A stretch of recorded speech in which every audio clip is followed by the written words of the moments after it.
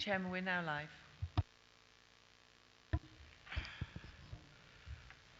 A warm welcome to those attending and our viewers watching live on Council YouTube channel, Hillingdon, London.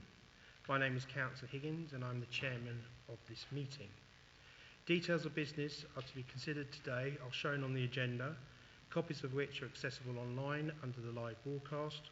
For those present in the room and attending to speak, please note they will be filmed and any statement you make will be recorded and made public. A reminder to anybody speaking today that your voice will only be audible online if the microphone is switched on. Fire alarm. We're not expecting any fire drills, so if the alarm does go off, please follow officers to the fire exits and out of the building to designated meeting points. Mobile and tablet devices, for those in the room, can you please switch them off or put them on silent before the meeting starts? And please note that councillors on the committee may use their laptops or tablets during the meeting to view agenda paperwork. Liz, do we have any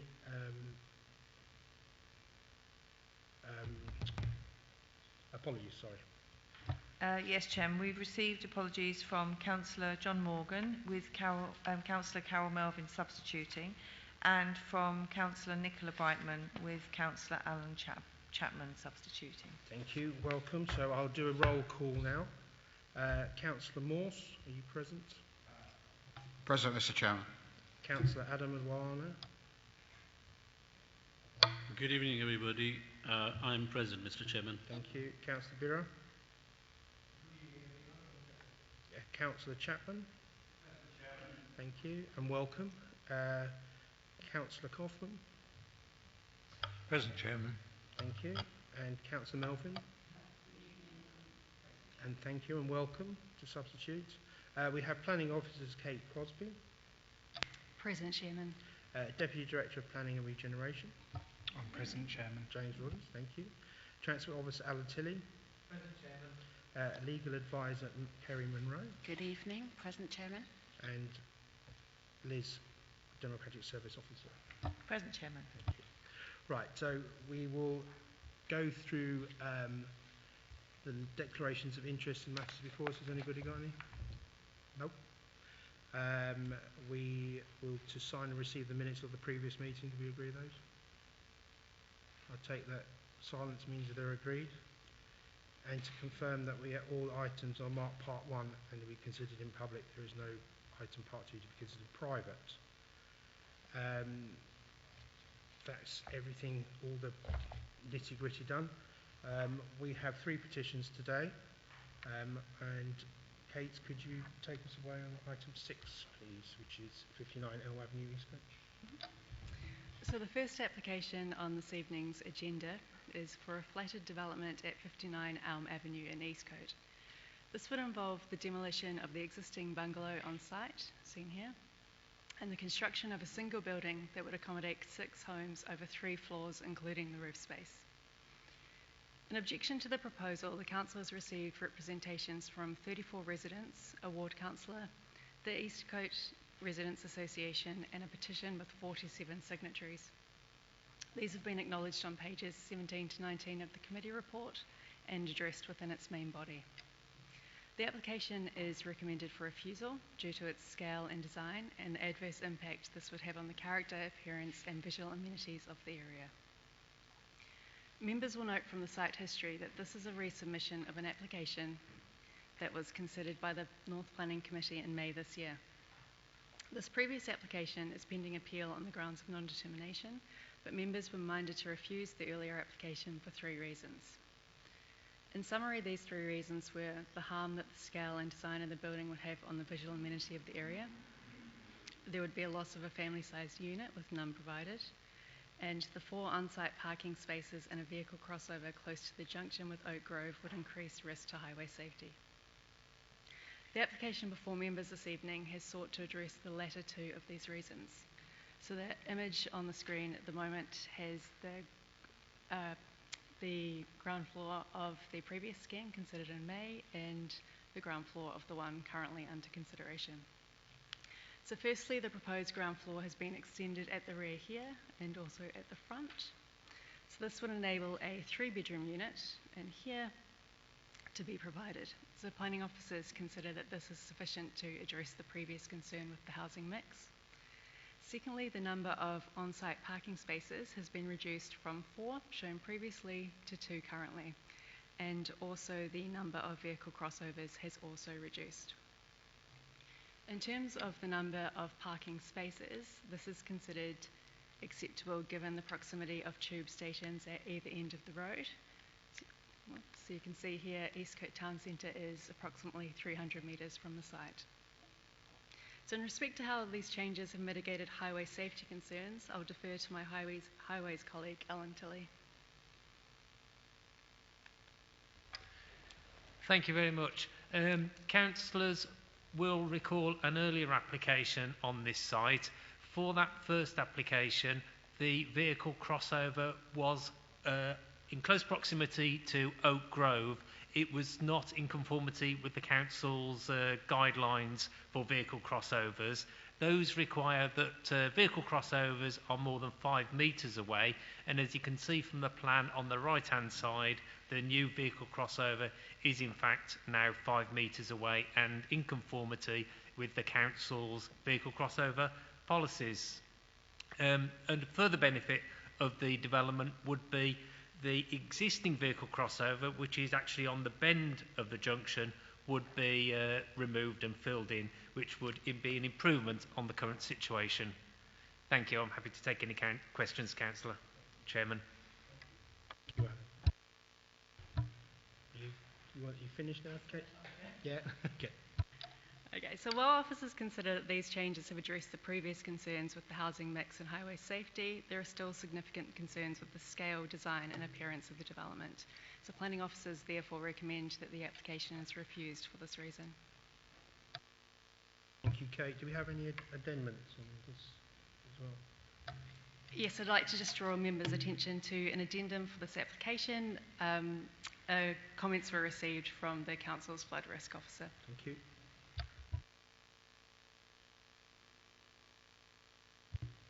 We have a petitioner, Mr. Perriman. You have 5 minutes. The lights will be colourful here. They will start with green. We will then go to amber, means you've got 1 minute left. And red, I will stop you. There is no room for error. I will stop you after the red lights, okay? So off we go. Yes. Middle button. Or the second one. One of those. There you go. It's gone red. Okay. Right, thank you, Chairman and committee members. Firstly, on behalf of the residents, I'd like to place on record our appreciation to the planning officer and the other contributing council officers for a complete, coherent and objective report. Whilst recommending refusal, this has documented a number of conditions that should be applied in the case of approval around the likes of step-free access, obscured and fixed glazing windows, EV charging points, etc. We would also like to thank the ERA planning rep for her very detailed critique, which was included in the report. The residential roads in Eastcote still largely reflect the original built infrastructure from pre-World War II, and thus the Metroland ethos of a pleasant garden suburb with good-sized family accommodations with private gardens. This was instrumental in attracting the original residents approximately 90 years ago and continues to this day to make Eastcote a desirable place to live. These aspects are something that residents have truly valued during the pandemic period, facilitating easy home working, safe recreational spaces, etc. And to further appreciate that this infrastructure is worth safeguarding. In the built context, Elm Avenue has specifically seen very little in the way of infill building, and there are very few roof-level dormers visible from the street. Hitherto, 2-storey roof height lines have been respected. This proposed development, however, would well and truly break that mould on many fronts, including being about 1.5 metres above the ambient roof lines. There is much box ticking to basic planning requirements and minimum standards, but it can lose sight, we feel, of the practicality and livability factor of a development. Compared to the previous application for this site, this application is seen as ticking more planning boxes, but does so in a way that detracts further from the livability factor. Whilst making one of the ground floor flats a 3-bedroom one supposedly meets the family accommodation requirement, it should be noted that the small 3rd bedroom has a side-facing window which is closely overlooked by the rising oak grove pavement, a factor exacerbated by having a railing section in the fence to allow much needed light in. Surely this is a privacy concern. Also, having no direct access from the dwelling to the private amenity spaces is not conducive to children being able to play outside safely. Plus, of course, the 3-bed flat, as has been mentioned, increases the size and bulk of the development. The reduction of parking spaces from 4 to 2 to alleviate some of the traffic concerns significantly reduces the appeal of the first floor flats, which no longer have a designated parking space. The parking survey taken in the middle of the night in mid-pandemic fails to recognise that it is weekday daytime which is the stress period due to commuter parking, when parking is seldom available within 100 metres of the site. There are suggestions around the ground floor flats normally meeting accessibility criteria. However, a wheelchair user would not be able to access any of the outdoor amenity spaces without exiting the front door, traversing the public pavement, and then negotiating the side passage. How accessible is that? And there is also no disabled parking spaces in the plans. The area of concern we still feel is not fully reported, covered in the report, is that around the topology of the site, particularly around the boundary with Oak Grove, which rises towards the railway bridge. Go to the second slide, please. About 1/3 of the width of the current garden is taken up by a sloping earth embankment leading up to the Oak Grove boundary. The current topology plan shows at the bottom of the garden an Oak Grove site is about 2 metres higher than that flat part of the garden. Given this proposal clearly requires levelling the whole site, there is nothing to indicate how the integrity of the narrow Oak Grove pavement and roadway is going to be maintained, either during construction or subsequently. Surely there should be planning conditions around this. Lastly, can you move to slide 3, please? By way of example of what this development looks like, I would like the committee members to consider the appearance of a current development by the same company in Hatch End, which would appear to be something of a template for this proposal. This not only dominates the neighbouring properties, but also the adjacent roundabout, a much more open site than Elm Avenue, and appears completely oversized building in the neighbourhood like an overgrown cuckoo in the nest. We therefore request committee members to reject this proposal and seek to prevent an outbreak of such cuckoo developments in the Pleasant Garden suburb that is Eastcote. I'll let you have 1 second. We'll be a bit slow on the turning of the slide. Not your fault, Kate. You should actually give it to the petitions, really. But anyway, thank you very much. Does any councillors wish to have a question? No? Okay, thank you to the petitioner. Thank you very much for your time. The agent is Mr. Patel, but he's not attending, so that not to undermine pending non-determination of appeal.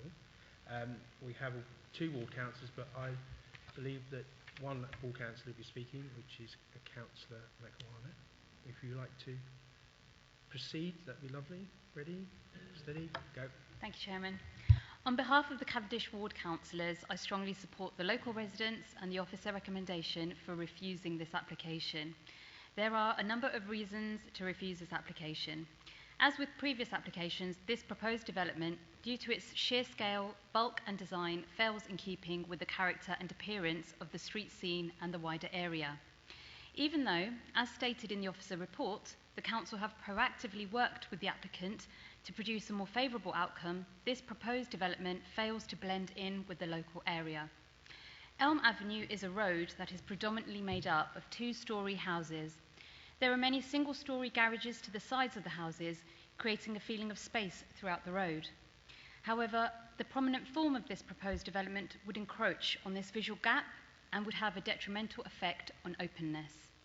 It is clear from the floor plans that step-free access to the proposed flats above ground floor would not be possible for wheelchair users and those who are unable to use a staircase. Therefore, it is to my understanding that this application does not comply with the 2021 London Plan Policy D7 and thus would not provide suitable housing for London's diverse population. In addition, The proposal for a flat roof form measuring approximately 46 square metres would be detriment of the character, appearance and visual amenities of the street scene and the wider area. The proposed development would increase the footprint and volume of development in this corner plot. The greater depth fails to harmonise with the local context. Overall, we strongly believe that this application should be refused. Thank you. Thank you very much. Short and sweet. Very nice. Anybody got any councillors for the questions for the council? No? Okay. Thank you very much. Thank you for your time. Now, we will go to the committee. So who's going to take me away today? Councillor Chapman and Councillor Kaufman. It does work after all, Chairman. Thank you. I think very much the officer's spin on this, the officer's direction, so to speak, is very valid.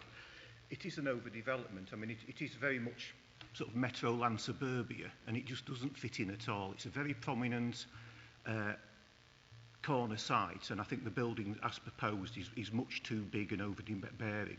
Can I have some guidance, though, on some other points? I am happy to propose that we go with officer's recommendation, but can I also have some guidance, firstly, regards parking? Are we really saying that 2 spaces is enough? That's my first point. Secondly, there's the point about disability access. I take very much on board what's been said about that. But also I very much take on board the fact that basically the private land in the back garden provides an embankment to the bridge. And effectively, the embankment's going to have to be taken away. I'd like to know what the implications of that are, because effectively, we're basically saying we can't use the bridge anymore, or the footpath even, sort of thing, which may be outside the scope of this meeting, but I think it's a very valid question. Can I have some guidance on that, please? On the parking issue first, in terms of the north of the borough, most of the north is sort of P-Tower 0, 1 or 2. Some of the town centres are 3, and then Ruislip is the highest with P-Tower 4. This is a P-Tower 3, this location, which is why Katie showed the slide of how close it is to Eastcote Tube Station. That P-Tower 3 basically means in an appeal situation, your officers don't think we can defend a parking refusal reason. So it's not so much that we think we don't think it'd be. I think the problem we have is that it's not so much that we, in a way, we'd rather have more spaces, but we can't refuse it for just having 2 spaces, and because of that, we've just got the one which we think is the robust refusal reason. On the issue of the accessibility, we didn't refuse the previous application on that point, so technically we'd have a difficulty introducing it as an issue now. I don't know whether Katie has any sort of further points she's able to add, but we're kind of slightly restricted in that this is a resubmitted application. I think the parking is certainly something members are able to look at because we've gone from 4 to 2 spaces, but the PTAL basically works against us as a refusal reason. So in effect, there is really only one refusal reason here, I'm afraid, although I take on board the points raised by the petitioners and the ward councillor. Thank you, James. Katie, do you have anything to add or not? No, that's fine. Is that yes, Alan? You'd like to Can I just a clarification on the third point as well, please, regarding the embankment, so to speak? I mean, is that an issue for this meeting even? You know? No, I don't think it is. Sorry, Chairman. I'm just conferring with the officers just to make sure that it's not ours, it's building control. I'm not quite sure. Hang on a second.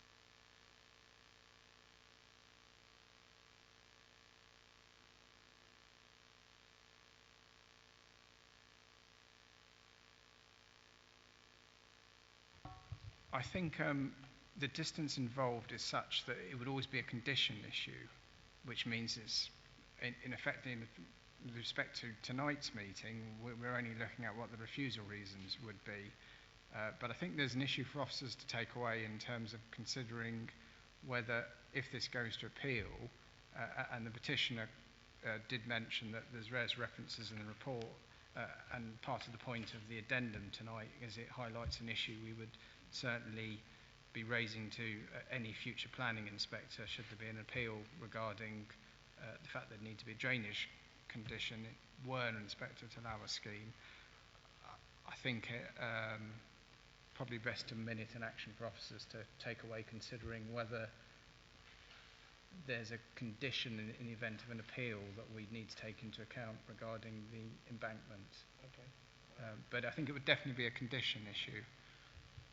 We'll make that part of the when we go to the vote. I have Councillor Kaufman, Councillor Mawson, Councillor Borough. Yeah, Councillor Kaufman. Thank you, Chairman.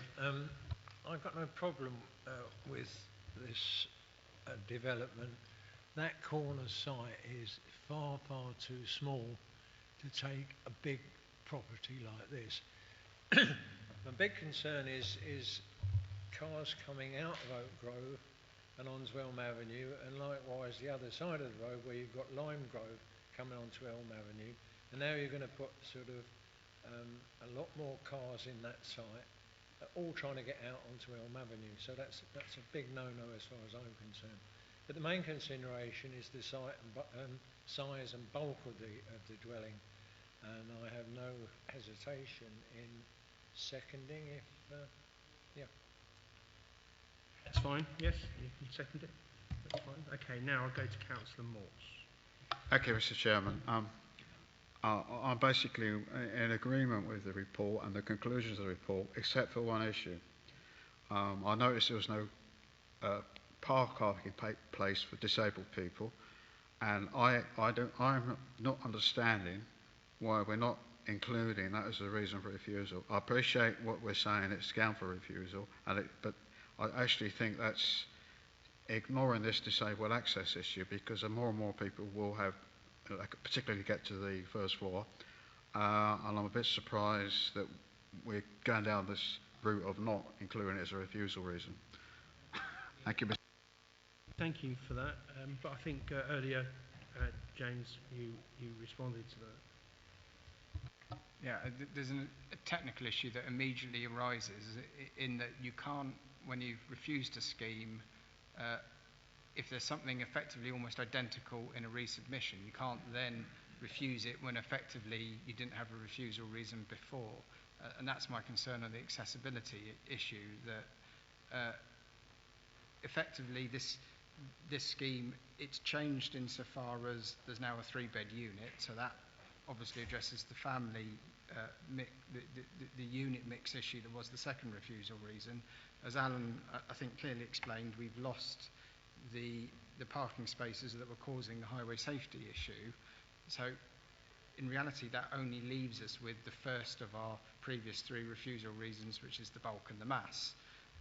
So there's a technical issue here with trying to introduce new refusal reasons that weren't part of the original refusal. Now, I know from a sort of perspective of the committee and perhaps from the public as well, they might find that's not the answer that people would wish to hear. But in reality, I have to recommend to the committee to refuse applications for reasons we as officers can defend that appeal. And we can definitely defend the size and the massing, but unfortunately I don't think there's any other reasons we can defend that appeal with regard to this scheme, and we certainly wouldn't be able to defend reasons that weren't ones that were brought up previously or aren't addressing a sort of significant change from the previous scheme. And the only major change from the previous scheme is the reduction in parking, but as I've explained, the PTAL of 3 would really work against us, that appeal. I think that answers that sort of answers that in a roundabout way. But the point is, to be honest, I think this development could get away with no parking at all because it's so in proximity of so many tube stations. But we didn't do it. It's our bad because we didn't do it last time round. Well, this committee didn't pick up when there were 4 spaces that we went on about disabled spaces then. So it is what it is. So we're going to move on. Councillor Bira. Thank you, Chairman. Thank you. Thank you, Chairman. I think it's a very comprehensive report.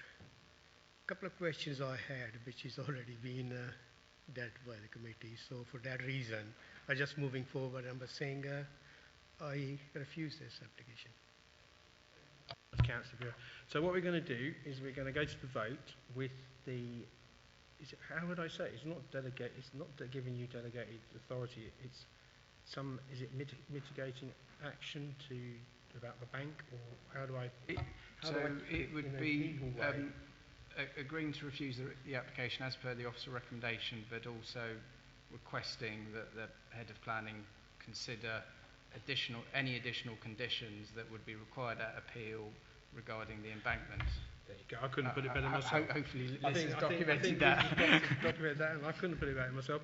So I am formally proposed and seconded. Can I have a show of hands on this application, please? So that's unanimous. Okay, fine. Thank you. So we've got all that done. Thank you very much to petitioners, councillors, and you may leave if you want to stay. You're more than welcome, but that's your choice. But please just leave quietly. We are now going on to the second petition item, which is item 7. Kate, would you like to do the honours, please? So this application is for minor material amendments to a residential development that was consented in November last year. So the consented scheme involves the demolition of the existing house on site and the construction of a 2-storey building that would accommodate 6 flats. So the amendments sought in this application is the construction of single-storey rear extensions at the rear of the building. So on this slide here, you can see the consented ground floor plan up the top here, and this is the one subject to the application that we're considering. So you can see here, I've highlighted in yellow where the single-storey rear extensions are proposed. And these further slides just show the comparison between the consented scheme here and the single-storey rear extensions on the rear elevation and also the side elevations here. So the consented scheme has established many of the material planning considerations detailed in the committee report. Officers have considered any additional impacts from the proposed single-storey rear extensions and consider that these would fit in well with the design of the building, would not harm neighbouring residences, and would still provide policy-compliant living conditions for future occupants. In objection to the proposal, the Council has received representations from one neighbouring resident, the Northwood Residents Association, and a petition with 31 signatories. These have been reviewed and addressed within the committee report. However, officers consider that the matters raised do not outweigh the recommendation for approval. So accordingly, officers recommend that the application is approved subject to the conditions detailed on pages 37 to 42 of the committee report. Thank you, Kate. That's fantastic. It's over to you, isn't it, Liz? I think you've got a few statements to read out, one from the agent and then one from the applicant. Yes, Chairman, we have a statement from the petitioner and also one from the agent on this. So firstly, from the petitioner. The petitioners would like to raise the issue of parking because the council has now accepted that there is a parking problem. The council wrote to the residents of Manor House Drive in July 2020 suggesting a restricted parking scheme for part of the road to improve the situation. The residents did not accept the council's suggestion on the grounds that this is not caused by daily commuters but by overspill parking by residents of Ducks Hill Road who have insufficient parking facilities on their own flat developments. The problem is mainly overnight and early morning, so a midday 1-hour restriction would not solve it. This would only move the parking problem further up into the remaining unrestricted portion of Manor House Drive. The fact that the residents did not accept the council's suggestion does not mean the problem has been resolved, as the development of 1 Manor House Drive with its limited parking provision will only exacerbate the situation. If the development were to be approved, perhaps a covenant could be placed on the approval that if a residents' parking scheme were to be introduced for Manor House Drive, it would exclude the residents of 1 Manor House Drive. The petitioners would also like to state that we consider this proposed development to be much too big for the site and completely out of character with the surrounding residential houses. And then we have the statement from the agent as well. Thank you to the committee for taking the time to consider this application. The case officer's report is detailed and explains the rationale for the recommendation and explains in the context of the previous applications how the proposed development is acceptable on the site. As a starting point, it has been accepted previously by both the Council and the Planning Inspectorate that the principle of demolishing the existing dwelling and replacing it with a block of flats is acceptable. Planning permission was granted in 2020, application reference 27306 App 2020-237, and this application is simply to make some small amendments to the consented scheme. It's unclear why the committee report details previous refusals on the site, but doesn't specifically explain that planning permission has been granted and that this consent is the starting point for consideration. The changes from the approved scheme are essentially the addition of 2 single-storey rear extensions at ground floor level. The changes are not significant in planning terms. Ground floor extensions seldom are, but they are important changes to improve the quality of the development compared with the approved proposal by providing a better living area for the 2 flats. The petition which was submitted was clearly based on a disappointment that planning permission had been granted previously and is an obvious attempt to vent frustrations about that approval. All of the issues raised, in brackets, principal, parking, amount of development, neighbouring amenity, have already been judged as acceptable by the Council. And given all the changes are at ground floor level, this scheme does not alter any of those previous judgments. A series of technical reports were submitted with the application, which have been assessed by the Council specialists and confirmed that there are still no technical issues, just as was the case with the previous approval. Parking, amenity levels and space standards are subject to specific policy tests, which take them beyond subjective questions and are tests that are completely satisfied by the proposal. Given that the proposal satisfies these quantified tests, these are quite rightly not issues. So that leaves us with just 2 issues that are neither technical nor quantifiable: the impact on the character of the area and the impact on the neighbouring properties. This assessment is now simply a comparison between the approved scheme and the current proposal. In terms of properties on Manor House Drive, these are generally large detached properties running along a relatively consistent building line parallel with the highway. These properties vary in design but are of a relatively consistent scale, irrespective of whether they are in use as single-family house or separated internally into flats. That is important here because suitable design such as the proposal should be considered as whether the building itself is visually in keeping with the character of the area.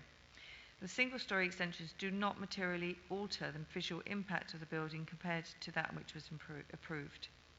In terms of the impact on neighbours, the proposal fully complies with the measurable issues, such as the 25 and 45 degree lines from the neighbouring properties, so again this is only a subjective issue. The 2-storey relationship is the same as that which was previously approved anyway. Single-storey extensions by their very nature cannot result in overlooking or a loss of light. They are not sufficiently high to be overbearing. Therefore, the impact on the neighbours is exactly the same as approved. The only issues for consideration are the differences between the existing consent and the current proposal. These changes are minimal and neither alter the character of the proposed building nor the impact on neighbouring properties. All the technical aspects of the proposal continue to be satisfied and therefore planning permission can be granted. Thank you, Chairman. Well done, Liz. Very good, very good. So that's it. We have no councillors for this one. So we'll go straight to the floor. Can I have someone take me out on this one, please? Councillor Sawali.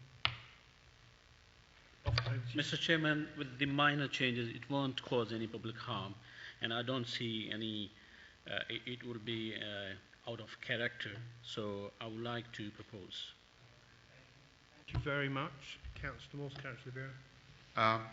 I had small concerns about the overlooking of the amenity space, but every other aspect of the report, I agree with the officer's conclusions, so I'm prepared to second the proposal. Thank you very much. Councillor Biro.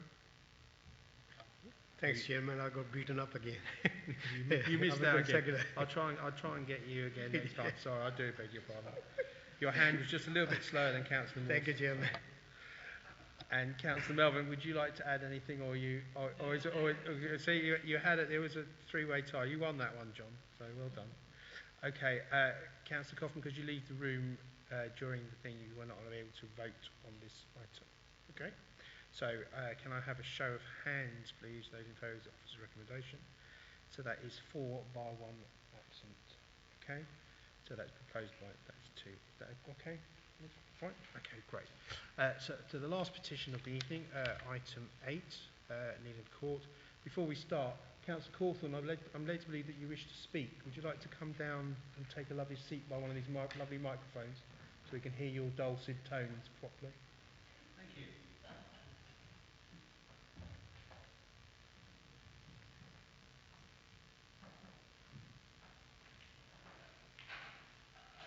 See, Liz prepared it earlier. Look at that. Just swap it over.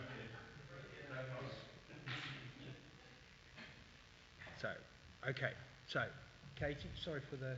This is your first go. I hope it's not been too troublesome to you. But if you'd like to go, that's fine. Thank you. Okay, so this application seeks planning permission to demolish 4 garages in the car park of Neyland Court and to construct in its place a building that would be 2 stories in height. So the building would accommodate a management office at the first floor. So we're just showing the slide. This is where the existing garages are. And this is where the replacement building is being proposed. So the building would accommodate a management office at the first floor and 4 replacement car parking spaces in an undercroft at ground level below the offices. So this is what it would look like. Objections have been received from a ward councillor, the Ruislip Residents Association, from residents from 11 separate addresses and a petition with 33 signatories.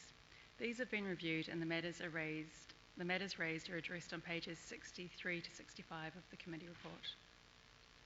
Planning officers recommend that the proposal is refused.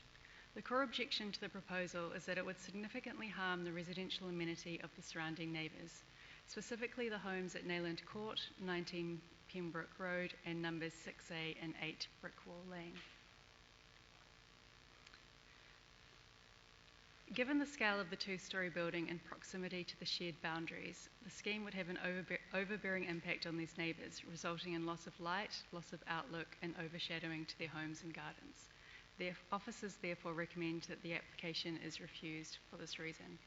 And here's some more slides here. So you can see the garages here, and this is Neyland Court there.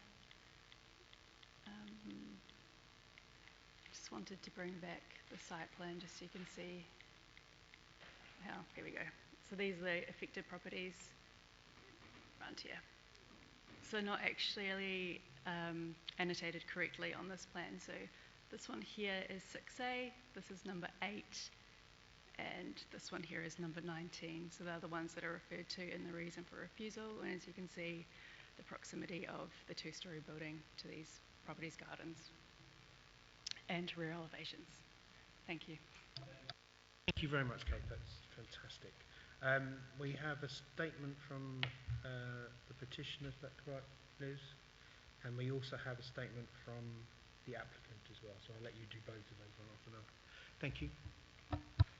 Thank you, Chairman. So first of all, the statement from the petitioner on this item.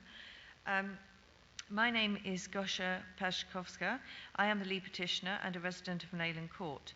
Thank you for this opportunity to address our objections. The planning application proposes to demolish the existing garage block and build a detached 2-storey building to accommodate a new management office. We wish to strongly object to this planning application due to its proximity, size, scale, bulk, height, massing, overdevelopment, increased noise and pollution, and loss of bin storage area.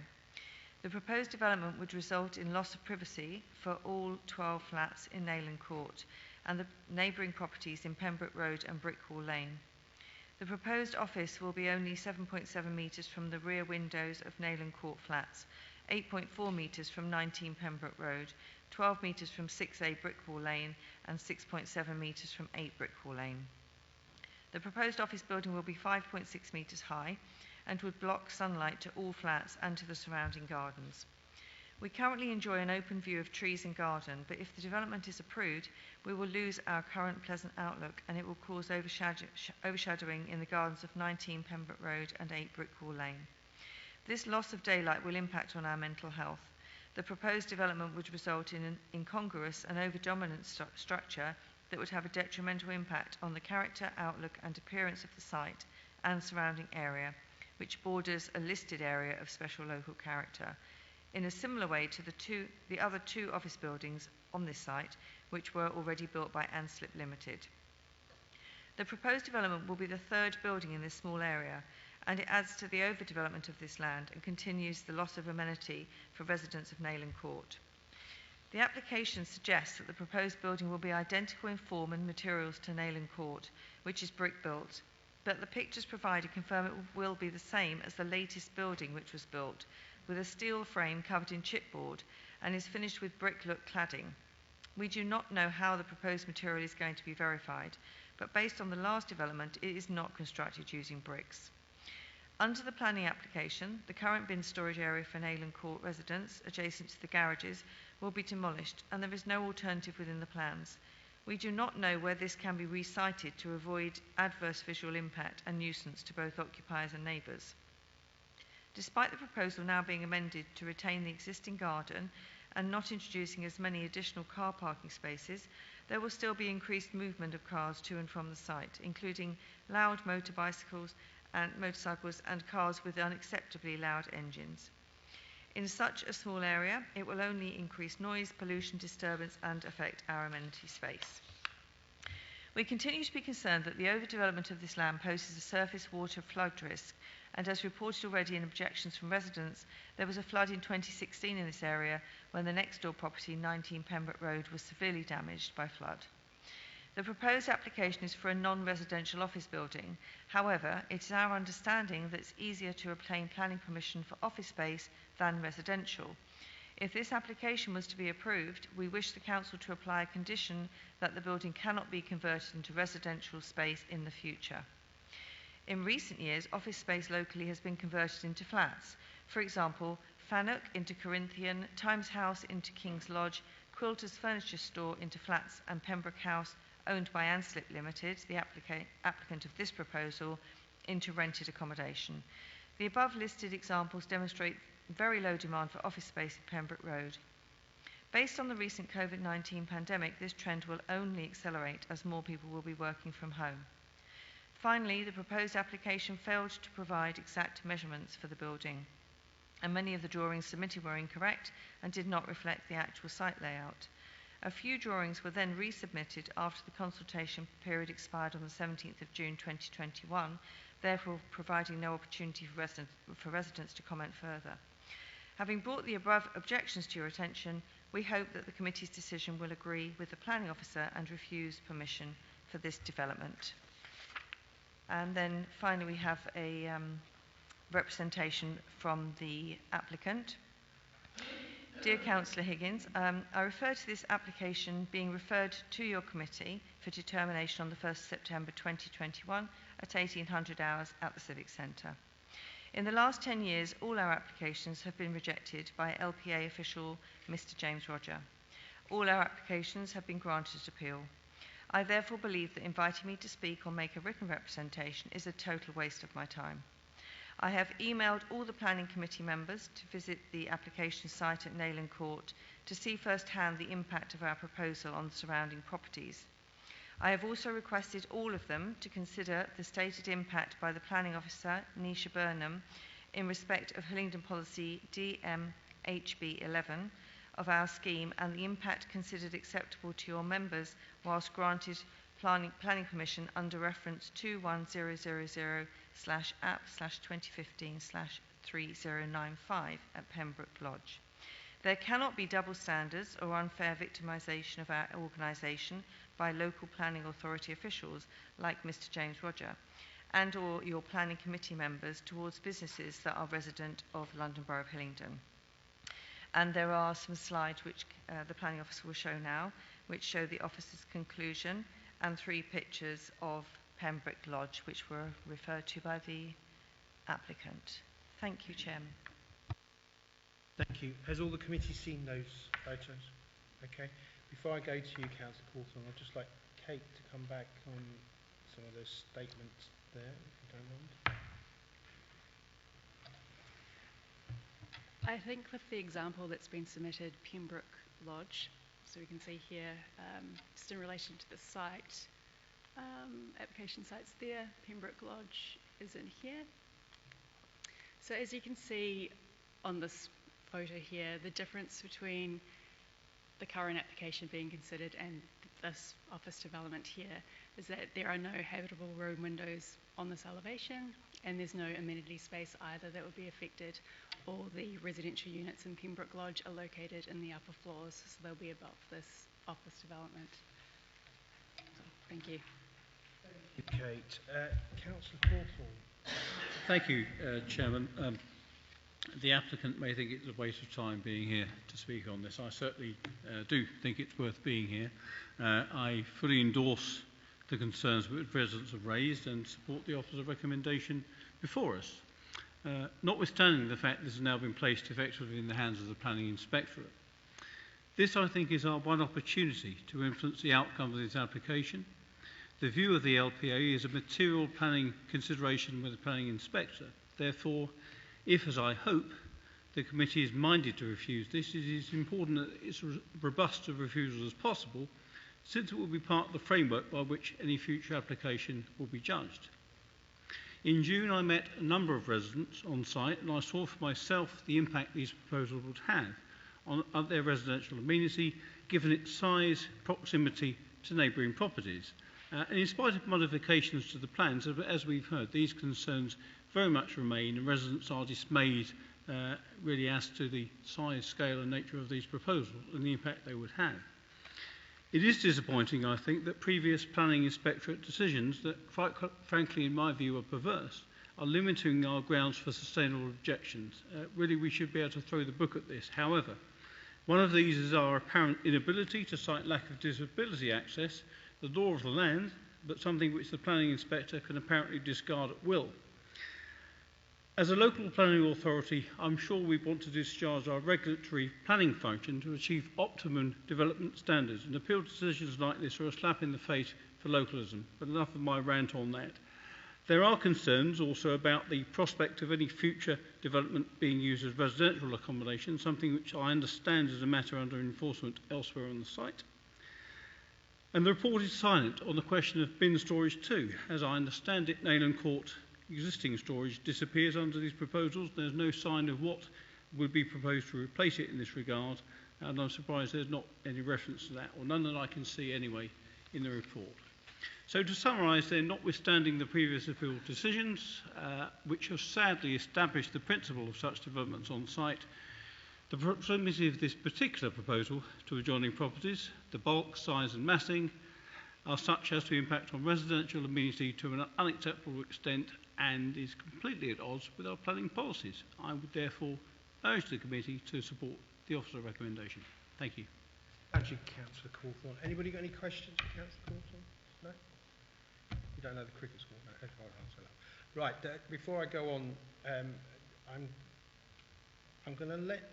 there's one question that I need to know is, and I'm going to ask James this, were all appeals allowed? That's not actually the case. So for Pembroke House, which is outlined in blue on the plans, not all of the appeals were allowed. In 2017, there was an appeal concerning 2 additional units on the roof of the building that was dismissed, which basically means it wasn't allowed, and as such means it's not the case that all the appeals have been allowed. I think a more accurate statement would be that more appeals have been allowed than dismissed on the Pembroke House site, but I think members need to determine this application on its respective merits and effects. Thank you, Chairman. Thank you. I'm going to say something, I'm probably going to get into trouble, but I don't care. I don't think it is appropriate when we have petitioners in to criticise the officers. They are not here to be able to respond to that.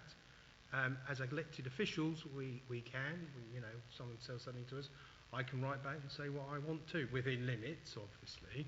But I just want to make note that in future, if people are going to write in petitions to this committee, can they refrain from making accusations at our staff? There is a proper complaint procedure for planning, and they can do that through the council's website. And am I allowed to say that, Kerry, before I get into any more trouble? Yeah, well said. Fine, thank you. So, on that note, we're going to take us away. Councillor Chapman. Thank you, Chairman. A very interesting, incongruous and overbearing application. I think it doesn't fit in at all. And again, I think the officer's recommendation, the officer's non-standard reason for refusal hits the nail on the head. I also share the misgivings about what is, today's office application becomes 12 months' time's permitted development to turn into flats. We've all sat on committees on a regular basis, planning committees I mean, where existing office space is being converted into flats. So I find it very bizarre that there's a need for yet more office space sort of thing. I also note that the actual plans are wrong and incongruous as well, sort of thing. As I say, I'm happy to propose that we go with officer's recommendation. Can I have clarification again? I'm sorry to sound like a cracked record, but on parking, you've already got 4 parking spaces there underneath the building, proposed building, whatever you want to call it. They don't actually, you look at it and you assume that the 4 parking spaces are for the officers, but in actual fact, they were there already. So there's no actual parking for these officers, is there? There's no net gain of office parking space. We'll ask that question, James or Kate, do you want to take that? Or even Alan. Sorry, I forgot. Thank you, Chairman. No, there would be no net gain in parking numbers. According to parking standards, you would normally expect an office of that size to provide 1 further car parking space. Thank you, Chairman. Thank you, Alan. Councillor Borough, you got in there second. Oh, I did. There we go. Thank you, Chairman. There are very many issues there, such as oversized development, shadows in the gardens, parking if we do it. So for that reason, I don't have much room to prove this, so I go with the officer's recommendation to refuse it. Yes, a second. Oh, okay. Chairman, issues arising on this loss of privacy, loss of light, overshadowing to the neighbouring properties. Furthermore, this overdevelopment would cause a significant harm to the neighbouring properties.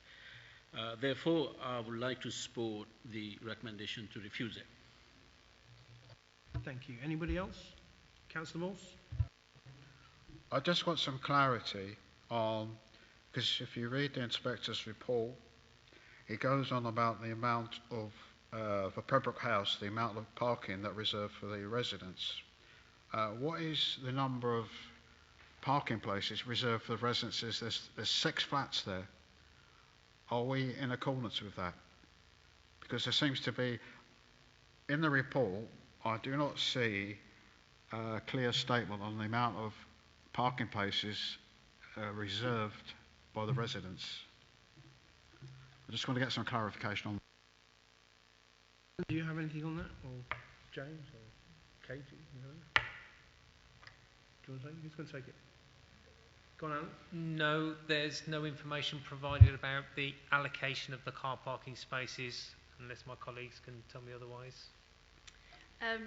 Nayland Court, Thank you, which is the one to the left here, they have an existing parking management system, so all the car parking spaces are allocated to residents on a as requested basis. We don't have any, it is correct, we don't have any information on how it will be managed on the site, but it is the same owner and the same sort of large car park at the back, so we presume it would likely be the same sort of allocated basis. In terms of the parking spaces provided, it's pretty much, it's being replaced. So the expectation would be that the existing residents that have parking spaces should also retain them effectively, given, as Alan said before, that there'd only be a demand for 1 parking space for the office, so it's not likely to cause an issue between the competing needs and demands between the uses. Thank you. Thank you, Kate. Does that answer your question? Well, I still find this a very unusual development, as the previous councillor said, because there's been a subtle variation from offices back to housing, and then we get offices reintroduced. And I've read the report by this Nikki the previous person, there were some very clever planning statements made by the application. I mean, I accept they were very knowledgeable. I'm not very happy with this at all, and I still would prefer to add in no lift as an issue, because we've already put on this site 3. I've looked at the planning inspector's report. There's no issue of disabled access because it wasn't a policy. It is now a policy, and we're now going to have 4, I believe, 3 blocks of offices around the back, and none of them have disabled access. So I'd like to test the inspector. Yeah, well, because it's going to the inspector. It's going to the inspector, so and we get an answer on this small developments, and if that's it. So I might, if somebody wants to support me, I might propose we add it.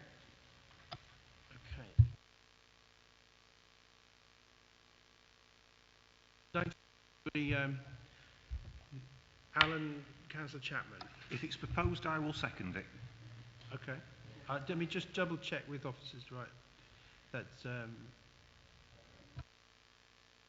I think I'd have an overall concern, sort of adding, dare I say it, make weight refusal reasons. I'd rather be arguing the substantive reason. So we have one strong reason here, and I sense members are in agreement with officers on that point. I'm not sure this is the case I wanted to be testing things at appeal, whereas I felt it necessary to rebut the fact that the applicant is saying that they've won every appeal, because that's not true. They have been successful at appeal regarding some matters concerning Pembroke House. Personally, I'd feel much more comfortable if members agreed the one strong refusal reason rather than look to add additional reasons that may not be straightforward for officers to defend that appeal. Thank you, James. Kerry, would you like to come in here? Maybe it's something, I mean, it's been recommended for refusal, but maybe there might be ability for some conditioning.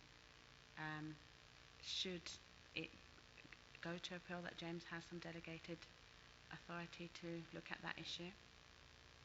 I think I'd feel more comfortable like that. They're officers to make sure that we endeavour to look through it properly before we do that, and I'll give you delegated, and you come back to me and the Labour lead on it. Is that all right? You could perhaps add an informative, basically stating if there's any resubmission you'd want it, and then you'd explain what you'd want a resubmission to address. So effectively you're guiding the applicant that, although obviously they need to overcome the refusal reason in any resubmission, not that we're inviting a resubmission, but perhaps as officers we could try and word an informative and agree it through yourself and the Labour lead. Doesn't have, obviously, doesn't carry the weighting of a refusal reason, but it might help if there's a future application. I will ask my Labour lead to see whether you agree with that one. In which case, I propose we have an informative about disabled access. And it's been seconded by Councillor Chapman. Is that okay? Okay, fine. Thank you, Mr. Chairman. So we got there. Now, we are going to go to the vote with that informative added. I'm going to make that very clear to everybody. Can I have a show of hands in favour of officer's recommendation, please? It's a full house. Have you got that, Liz? Thank you very much. Thank you, Councillor Cawthorne, Council President. Thank you, and you may leave if you wish, or you can stay here and watch the proceedings. We have another 2 items to go. But it's up to you. Just. Thank you. Thank you very much. Okay, so we've done our petition items now. So we move to the agenda, and we will go to item 9. Kate, would you like to take that one, please? Okay. This application is to retain a single-storey rear extension and a rear dormer on a mid-terraced property at 17 Oakley Road in Hillingdon. So as you can see in these photos, construction has commenced and is pretty much substantially completed.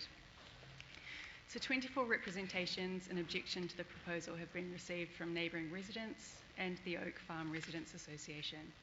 These have been reviewed and addressed on pages 78 to 81 of the committee report. It is worth noting that these objections principally concern the use of the property as an HMO. As discussed in the committee report, planning permission is not required for an HMO of up to 6 occupants, which the agent has confirmed would be the case. So accordingly, the C4 HMO use does not form part of this application before members for consideration. So it is just the dormer window and the single-storey rear extension. So in respect to the extensions themselves, the single-storey rear extension is considered acceptable. The moderate depth and height would be in keeping with other extensions in the area, and the adjoining dwellings also have extensions which mitigate its impact. I'll just go back to the floor plan so you can see it.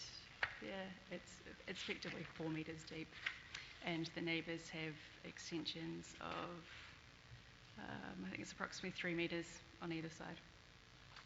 In terms of the roof extension, as you can see on the front elevation,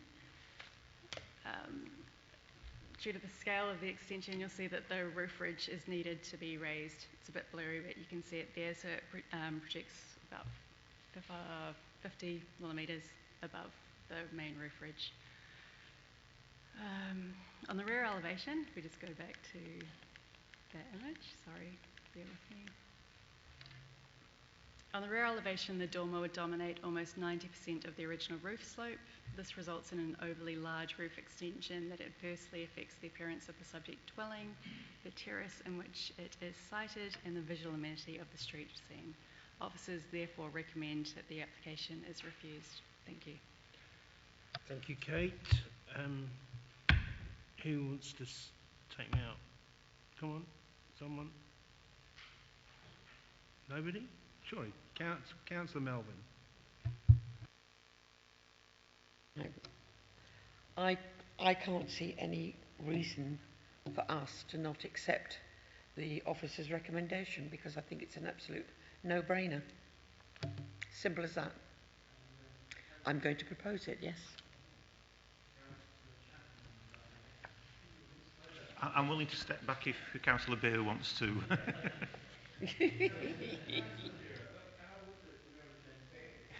Thank you very much indeed. Yes, I think I'll go with officer recommendation with a conditions that is no HMO license to go on it. You're going to So second I that? second that. Oh, Thank you. just on that note, so if it's so I've got a proposal and a seconder. Thank you, Alan, for allowing Councillor Beer to get in there for a seconding. And I would like a show of hands to go with officer's recommendation, please. Thank you very much. It's a full house again. Sorry. Good. If only it was real bingo. Hey. Anyway, so we've done that one. So we'll move on to the last item on the agenda, so all of you can escape, which is item 10, which is a TPO, which is lovely. So we'll let Kate take us away on this one.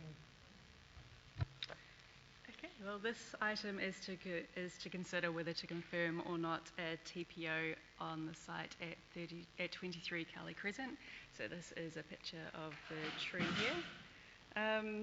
The TPO was authorised under delegated powers on 11th of June. So it's a horse chestnut tree. So effectively now it's just making a decision as to whether to confirm that or not. Thank you.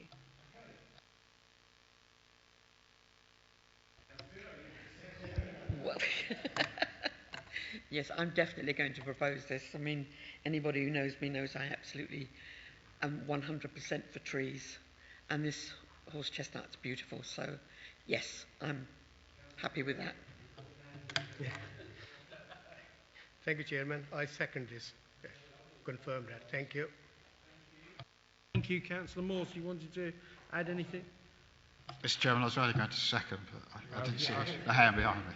I'm sorry, I can't. I wish I could have more seconders, but unfortunately I'm only allowed one. So on that note, we have a proposal and second. Can I have a show of hands for those in favour? Thank you very much. Thank you all very much for attending. Have a safe journey home, and thank you. And thank you very just much. wait for the feed to end. Thank you, officers. Fantastic.